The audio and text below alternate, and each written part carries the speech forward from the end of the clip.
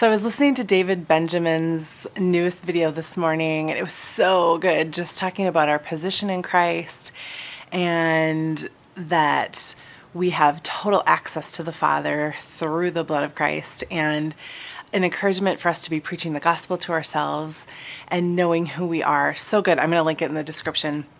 It really got me to thinking about a time in my life a little over a decade ago when I was in a community where appearances and performance was really important, particularly the performance of children for their parents. And that children and their behavior was such a reflection on the parents, whether they realized it or not, that parents were feeling graded on how their kids performed. And so around that time, I felt myself really caught up in this and wanting to make sure that what my kids presented was the right thing. And through God's grace during that time, I was able to meet my friends Jim and Lynn Jackson, who are the co-founders of Connected Families. And I began understanding the concept that our children are not our report card. And this is really simple, but super profound. And it ties into even that justification message that my daughter shared the other day. You know, we receive Christ's perfect report card, and that's how God sees us. And when we know that, we have this freedom to become who He's created us to be and to rest in Him and to know how accepted we are, and it's transformational. Well, the same thing happens with our children. If we are teaching them this gospel of grace, but then in our life, we are living out this idea that they need to behave and perform in a certain way, it's really hard to catch the gospel.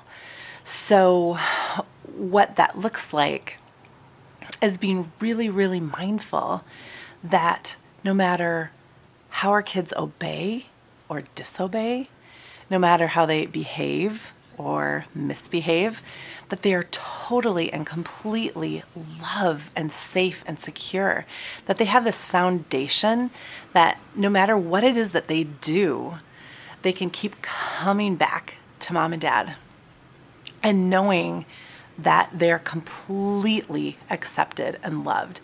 This gives a more realistic picture of God the Father, because we know that God hates sin. We know that sin separates us from God. And we also know that when there is sin in earthly relationships, there can cause a rift and a separation. But the thing that transforms us is not the law, but the grace and love and tenderness of God. So I know that in my life, when I have messed up, when I have fallen, it's not the me striving that transforms my heart. It's the understanding that what Jesus did for me brings me to the Father. So, of course, we still teach our kids right and wrong, but a lot of what we see in Christian material for children is a lot of morality. And the thing is, our kids are going to make really good choices sometimes, but that's not what makes them acceptable in our sight. And they're going to make some choices that aren't so great.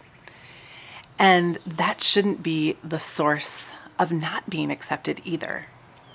Their source of acceptance with us is that they belong to us. They're ours.